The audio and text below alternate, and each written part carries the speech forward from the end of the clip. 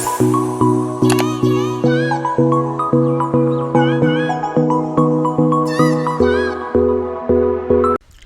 again, we have slime bouncing for notification avenue. Thank you so much for commenting, and make sure everyone check the description box below. Hi my beautiful homegirls and my handsome homeboys. In today's video I will be telling you all how to properly bend a bead, but mainly we're going to focus on how to do ombres with acrylic powder.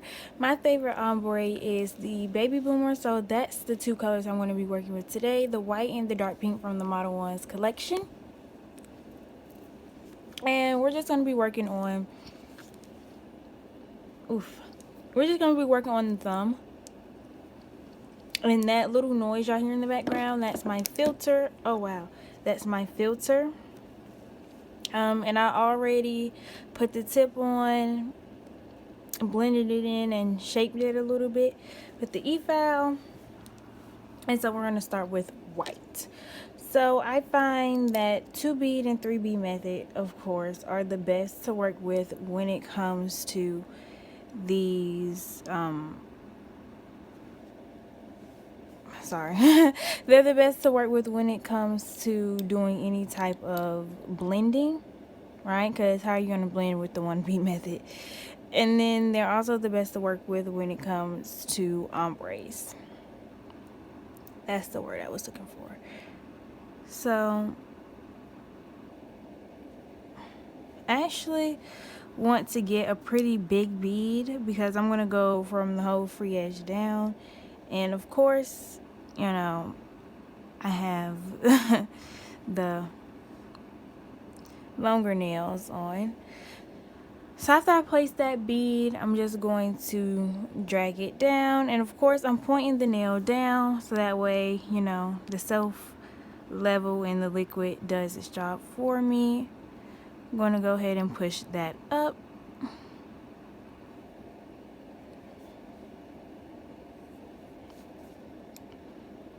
And most of the time I just drag.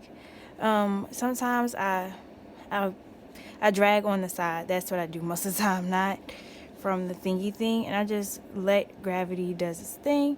And when you drag from the side, you bring it down like without trying.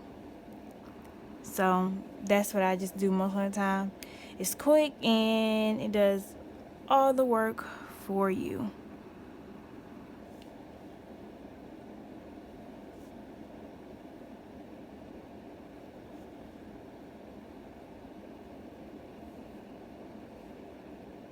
Now, I am going to drag a little bit at the end, at the tip, just to make sure that my tip isn't very thick, because we don't want that. We don't want a thick tip.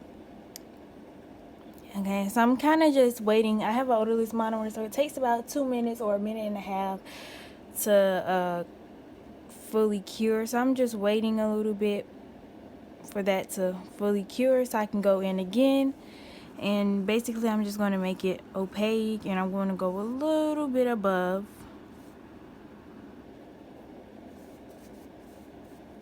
And I'm telling you guys, your life will be so much easier if you work with, you want the perfect bead. So after you get the perfect bead, if you just have a good consistency to where it can just flow down, it's going to make your application so much easier. And I had to learn that the hard way. It's like I had to kind of sort of train myself to always have the nail pointed down. And I'm still working on it, honestly.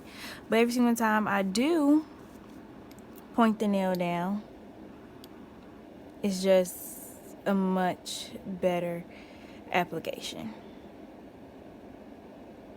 So this next bead we're going to go in is not a big bead. It's just there to kind of help build the apex, so that way we don't have to go in with any clear to build the apex. I'm going to zoom in a little bit more.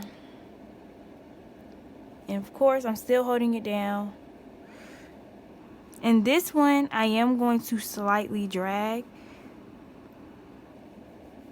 because I just put it right here to build the apex and make the nail more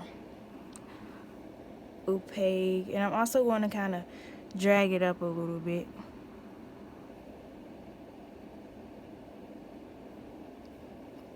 And I dragged it up because we're doing an ombre.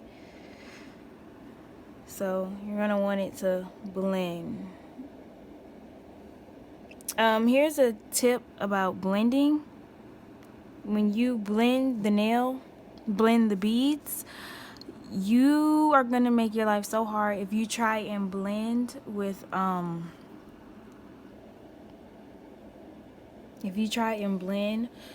a thicker consistency, or more so when it's almost about to cure. When you see people do the one bead method and it's kind of like it's putty a little bit, if you try and blend like that, you might have a hard time. You want to blend when it's a little bit wetter. So we're going in with our second color, which is the pink, well, the dark pink, and we're going to go right there. You're going to place it exactly where you blended that white bead up, and then you're just going to go down from the side. And you want to make sure that the other beads are completely dry. Mine are completely cured. Mine obviously wasn't completely cured just now.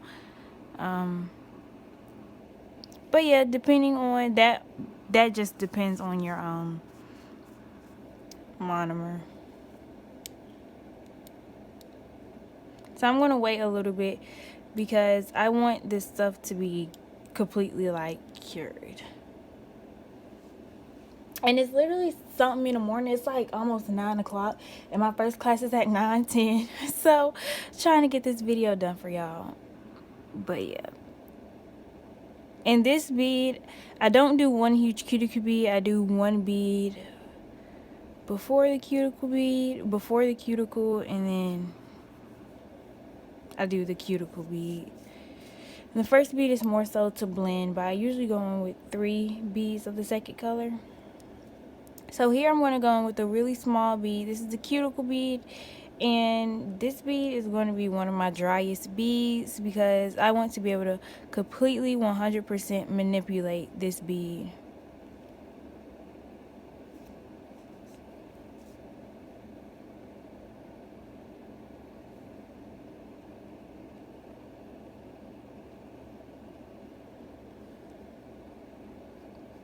So that's my cuticle bead. Like I said, it's the smallest bead. And yeah, another tip, and y'all are going to hear me say this a lot because since I discovered this, it's really helped me. Make sure when you blend, when you first start to pull down the bead or drag from the side and then go in like that. When you drag from the middle, it's pushing out the acrylic, and then you have to go chase the acrylic to stay on the nail. I'm going to go in with another small bead, and I'm placing it right here. And this bead is for the ombre. It's because I want the pink to come down a little bit more. First, pay attention. First, I'm going to drag up a little bit just to end, and that's blending. I just blended that into the other bead. Okay. Then I'm going to drag the rest down, starting from the side and down. And that is how you get your ombre. Make sure that you're working with a little bit drier beads than the normal once you bring in that second color, because you want you don't want the second color to come all the way down here unless that's, you know, your vision for it. But yeah, I don't know why, but I just love a baby boomer. And I'm going in again for the sake of apex, and then I just wanted it a little bit lower. I wanted my blend a little bit lower between the two.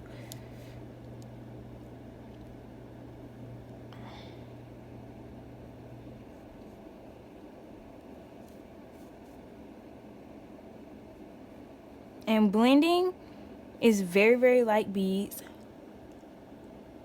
And then you want whatever beads you previously set down to be 100% cured when you blend.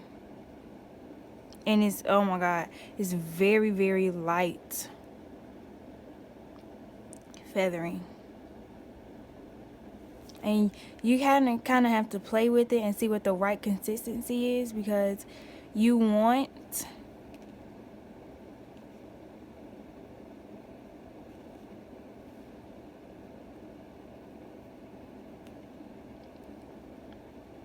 the product to move where you're putting it, but you don't want it to you don't want the product to move off of the nail.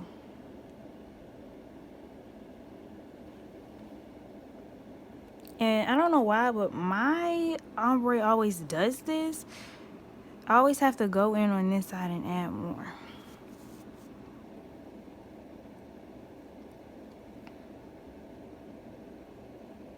But yeah, guys, that's pretty much it for this video. I am going to go in and shape and file and show y'all the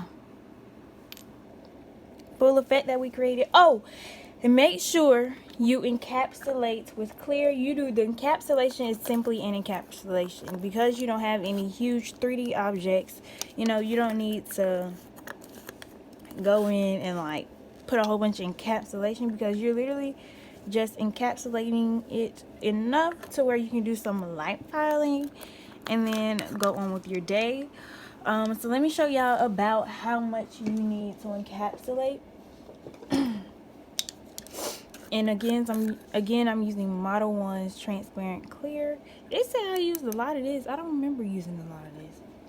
But anyways, I love Model 1's. So I'm gonna go in with the big bead, because I only wanted to take one bead, and I'm gonna take this bead and use it on the whole entire nail. So going to a medium to big bead, depending on the length of the nail. And I'm just going to kind of push it up. And I'm pushing it up while holding the nail down.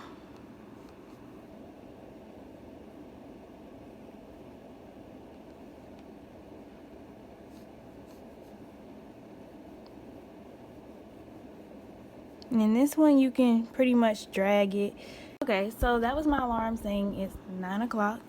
And yeah, my class is at what, 9:10.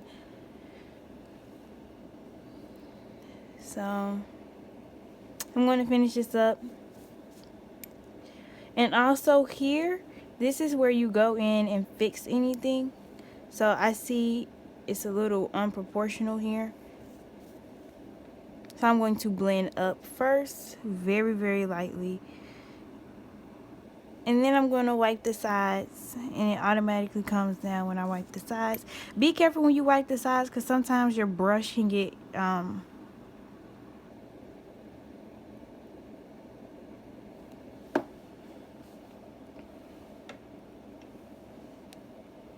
when you wipe the sides, sometimes your brush can get like in the acrylic. I don't know how to explain it, but I'm just checking and making sure. I'm basically filling in any gaps now.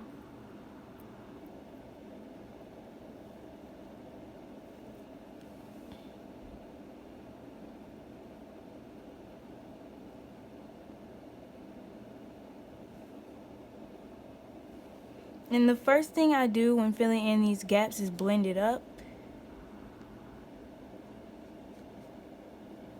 Then I wipe the sides.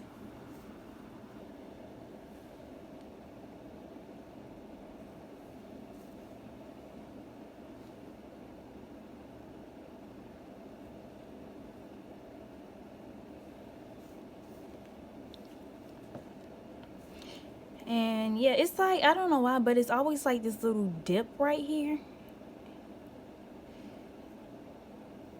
And I just want it to leave.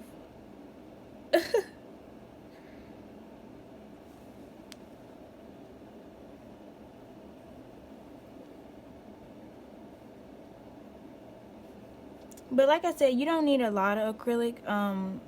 But this is also the time while you're encapsulating to go ahead and make sure that your shape and your apex and all of that is correct.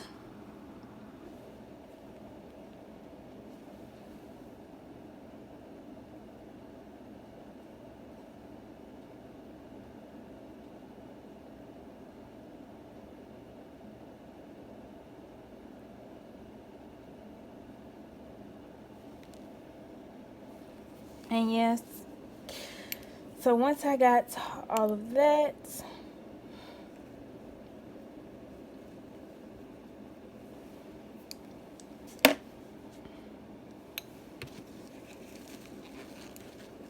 and I do plan on practicing how to do the 3D flowers, so I'm glad I did this nail, so when I go into practice I can use that nail, because I think 3D flowers will look so cute on an ombre nail. But anyways, like I said, my stuff takes a little long to cure, so I'm going to kind of let it sit this way down. Y'all can't see, but I'm letting it sit like this down so nothing runs to the cuticle area, and I'm just going to let that cure. After that cures, I'm going to shape and file and all of that, and after I shape and file, I'm going to come back and show you all the finished product. Okay, so this is how the nail looks. Ooh, yes, I'm gonna have to definitely take some pictures of this. This application is so good, and it makes me so happy because I am really improving. But that's how it looks after you get done shaping and filing. I didn't even go in with the medium bit. I just went in with the fine bit to smooth everything out. And now we're just going to go in.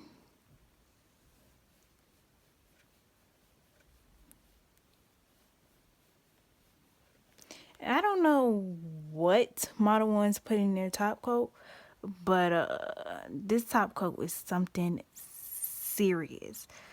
Like, it's crazy because I don't hear a lot of people I hear a lot of people say they use Model 1's top coat with their, when they get a kit or something. But I think I will be buying this top coat like all the time because I really do love it. But yeah, another tip is when you go in with the top coat, always do this on the side, because or gel polish periods, because what can happen is you mess up the shape, believe it or not. The nail, ooh, y'all, because of the color of the hand of Vanessa, this is Vanessa,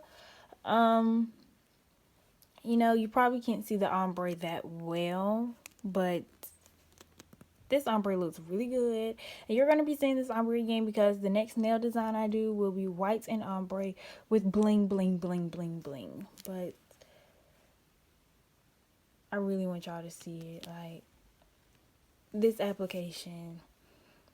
And the reason my applications were like not it and are so bulky, that's my problem, bulky application, is because I'm just now, like literally just now getting to know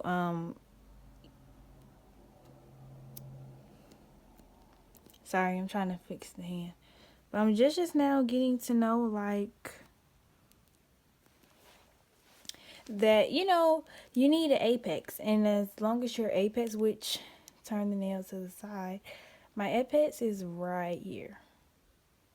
So as long as the apex is good, your nails are good. I'm so happy. And did y'all see how easy it was to just take that nail off, period? But without further ado, don't forget to like, comment, share, and subscribe. Remember, nobody's going to go as hard for you as you are for yourself. Toodles.